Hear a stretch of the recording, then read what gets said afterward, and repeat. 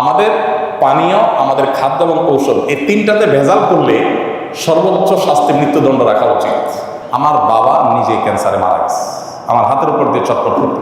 যেই ঔষধের মাধ্যমে মানুষ বেঁচে থাকবে, ট্রিটমেন্ট করবে, আমি নিজেও জানতাম না এক সময় যে ঔষধের ক্ষেত্রে এত 2 নম্বরই হয়, যে নকল ওষুধ নাকি হয়। তাহলে একটা মানুষ যে ওষুধ খেয়েছে সুস্থ হবে, কোনটা ওই ওষুধ খেয়ে সে আর মরে যাচ্ছে। নিরাপদ খাদ্য, নিরাপদ পানীয়টুকু, মানে শুধু একটু পানি পান করবে মানুষ, এইটুকু নিরাপদ 50 বছরে কোনো সরকার করতে পারেনি। দেখুন, আমি প্রায় সময় বলি 50 বছরের বেশি সময় হয়ে গেছে আমরা দেশটাকে স্বাধীন করেছি, আমাদের বাবারা চাচারা স্বাধীন করেছেন। তো 50 বছরের বেশি হওয়ার পরও এই দেশে এতগুলো সরকার আসছে গেছে, কোনো সরকার এদেশের মানুষের খাবার, মুখের খাবার এবং পানীয়টাকে নিরাপদ করতে পারে নাই। পৃথিবীর বিভিন্ন দেশে আপনারা যাবেন, যারা বিভিন্ন দেশে গেছেন, আপনি পানি পান করবেন, পানি পানের যে ব্যবস্থাপনা একটা রাষ্ট্রে সব জায়গায় আছে, 100% সেফ, নিশ্চিন্তে আপনি পানি পান করতে পারবেন। আমরা যখন বাইরে যাই, আমাদের দেশে দোকানে গেলে, বই দোকানে গেলে একটা কেকের প্যাকেট, একটা বনের প্যাকেট বা একটা আপনার ফাস্টফুড আইটেম, এটা মুখে দিতে আমরা 10 বার চিন্তা করি। আর রাস্তার পাশে যে সমস্ত চটপটি বানায়, এটা বানায়, এগুলো খাইতে আমাদের 10 বার চিন্তা হয় যে না জানি কি দিয়ে রাখছে, না জানি কিভাবে তৈরি করছে, তাই না? নিরাপদ খাদ্য, নিরাপদ পানীয়টুকু, মানে শুধু একটু পানি পান করবে মানুষ, এইটুকু নিরাপদ 50 বছরে কোনো সরকার করতে পারেনি। কিন্তু আপনি বাইরে যাবেন, অবাক হয়ে যাবেন, থাইল্যান্ডের রাস্তা রাস্তা যে আপনার স্ট্রিট ফুড আছে, 100% টেনশন মুক্তভাবে আপনি খেতে পারবেন, কোনো টেনশন নাই যে এগুলো অন্তত হেলদি। হালাল হারাম এর ব্যাপার আছে, সেটা ভিন্ন বিষয়, কিন্তু একেবারে টেনশন মুক্ত হেলদি, অর্থাৎ এটা তারা নিশ্চিত করছে কেউ কোনোভাবে এগুলোতে কোনো অন্যায় করতে পারে না। আর আমাদের এখানে পুলিশে কিছু টাকা দিয়ে দিতে পারলে সব হালাল, আর পুলিশে টাকা না দিলে হালাল জিনিসও কি হারাম হয়ে যায়, দৌড়ের উপরে থাকা লাগে।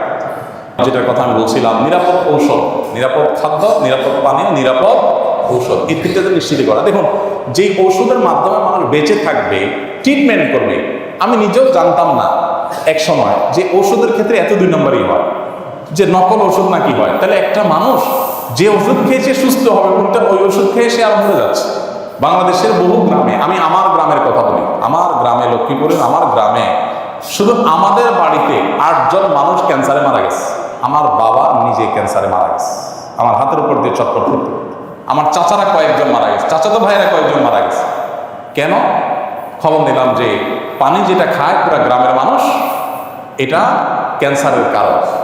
আর্সেনিক আছে, আরও অন্য বিষয় আছে, যেগুলোর কারণে এখান থেকে ক্যান্সার হয়ে যাচ্ছে। সাতক্ষীরার একটা গ্রামের মানুষকে নিয়ে দৈনিক পত্রপত্রিকা নিউজ হয়েছে যে একটা গ্রামের মানুষ মরে, অনেক মানুষ মারা গেছে শুধুমাত্র পানি বিশুদ্ধ না থাকার কারণে, পানিবাহিত অসুবিধার কারণে। আমার নিজের বাসায় এই যে কয়দিন আগে পরপর 3 জন জন্ডিসে আক্রান্ত হয়ে চরম অবস্থা হয়ে গেছে, মরণাপন্ন অবস্থা হয়ে গেছে।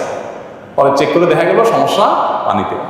তো খাদ্যে ভেজাল, এটার কারণে কিডনি শেষ হয়ে যাচ্ছে। আমাকে এক ডাক্তার বলেছেন যে বাংলাদেশের যতগুলো ডায়ালাইসিস মেশিন আছে হসপিটালগুলোতে, এগুলোর একটা তো আপনি দেখবেন স্লট খালি নেই।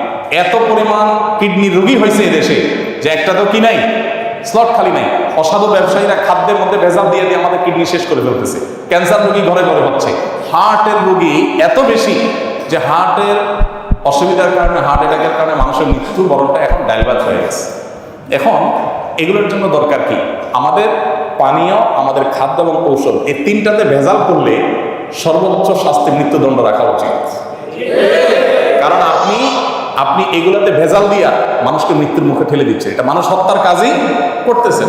অতএব এই ব্যাপারে সর্বোচ্চ টলারেন্স রাখা উচিত, কোনো চেহারা না দেখে যে মানুষের খাদ্যে ভেজাল দিলে। আমরা দেখি ভেজাল বিরোধী অভিযান হয়, ম্যাজিস্ট্রেট যা এটা হয় সেটা হয়, আরে রং মিশাই দিয়ে আমাকে শেষ করে ফেলতেছে, আমার কিডনি শেষ, ড্যামেজ হয়ে যাচ্ছে, আমার হার্ট শেষ হয়ে যাচ্ছে, ক্যান্সার হয়ে যাচ্ছে, আর জরিমানা করতেছে 50,000।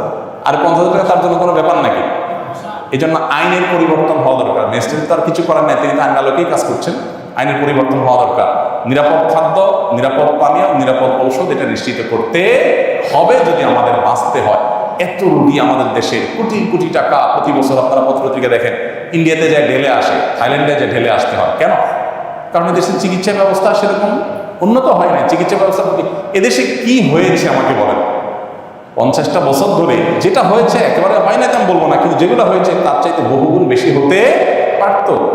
অপশাসন যদি বন্ধ হতো তাহলে মানুষ অন্তত এই জিনিসগুলো পেত।